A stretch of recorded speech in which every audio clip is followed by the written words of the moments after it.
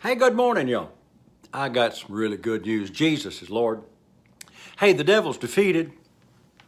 Thank God the word works. Yesterday I was reading out of Joshua chapter 18. I want to go back to that. Now, there were 12 tribes of the children of Israel. They were over into the promised land. They were gathered together. Now, of those 12 tribes, 7 tribes had not yet received their inheritance. What's the word, their inheritance? I think I told you things along this line, but when my mom and dad went to be with the Lord, they left a little bit of money. Half of it was my sister's and half of it was mine. I've only got one sister, just the two of us. So we divided it equally. If she didn't spend hers, that's her problem. Man, I spent mine within the first 2 or 3 days. I mean, it wasn't a whole lot. And so I spent the whole thing. I mean, it didn't take me long. Now, if she still got hers in the bank, she may have, I don't know. Well, then that's her problem, not mine. I did my part, but maybe she didn't use hers. Well, listen, God left the same thing for all of us, but we have to go in and possess it. Now, let me read this to you out of verse 3. So powerful. Joshua said unto the children of Israel, how long are you slack to go in and to possess the land which the Lord God hath given you? Hath. It was already theirs, but they had to go in and possess it. They had to go run the enemies out. They had to go in and claim it. They had to do what was necessary. So there's some things about believing God, it is proactive. So let me read this to you. The first verse up there says the land was subdued. So my wife mentioned it yesterday. Pat mentioned this. I said, look that up. Write that out so that I can use that. Now watch this. The word subdued in the Hebrew means to tread down, to conquer, to bring into bondage, keep under, bring into subjection. Now, just the definition from the dictionary means to bring under control, conquer, defeat, vanquish, overthrow, or overcome. So the land had already been vanquished. It had already been overthrown. It had already been conquered, but they had to just go get it. They had to possess it. Now I'm going to use a story today that's so simple that you gotta be out from under a rock somewhere if you can't understand this one. Hang on. That's early in the morning. I do these broadcasts kind of early in the morning.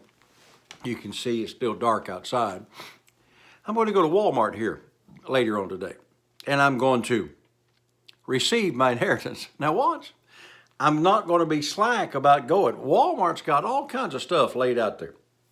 They didn't put it there to tempt me with something I couldn't have. They put it there so that I could purchase what I wanted. Now, I was thinking I need a can of Freon. It's not called Freon anymore, but refrigerant for my old Dodge pickup truck. That's over in the automotive department.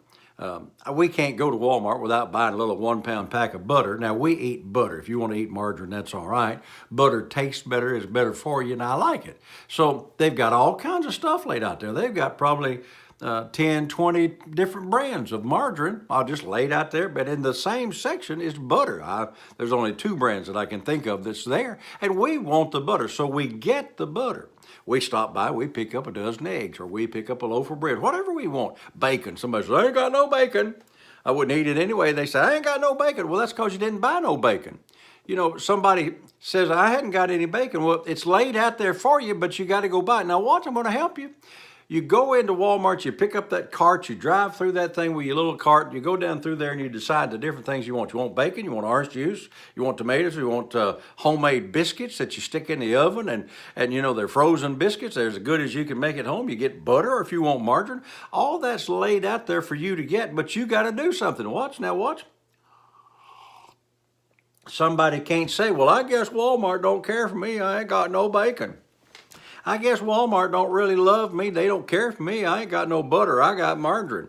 No, you dummy. You got to go in there and make a choice, number one, as to what they have, because it's laid out there for you. And then number two, you got to exercise your ability to purchase it. You got to release your money. You got to use a $100 bill, $20 bill, or a credit card that's, not a credit card, a debit card that lets them withdraw it out. You got to do your part to get it. Walmart laid it out there for you. It's subdued. Yeah, it's there. But you got to do something actively by going in there, deciding, put it in your buggy, taking it to the checkout, running it across the scanner, or letting the lady run it across the scanner. And then after she's done that, then you got to reach in your pocket and you got to come out with some cash or some other form. And then you've got to expend that. You got to spend that. Well, faith is like that. God's provided healing. God's provided divine life. That's like butter's better than margarine. God's provided the bacon. God's provided everything you could possibly want in the Word, but you got to do your part and go in there and purchase it and pay for it and walk out of there with it and then go home, cook you some eggs and bacon and a piece of toast and enjoy the blessings that God gave you because you went shopping at Walmart. Or maybe you wanted to go to Publix or maybe you wanted to go to Winn-Dixie. I don't care. I'm just telling you that it's laid out there for you, subdued, but you got to do your part. So until I'm with you tomorrow, saints, remember all day, hey, Jesus is Lord. Thank God the Word works.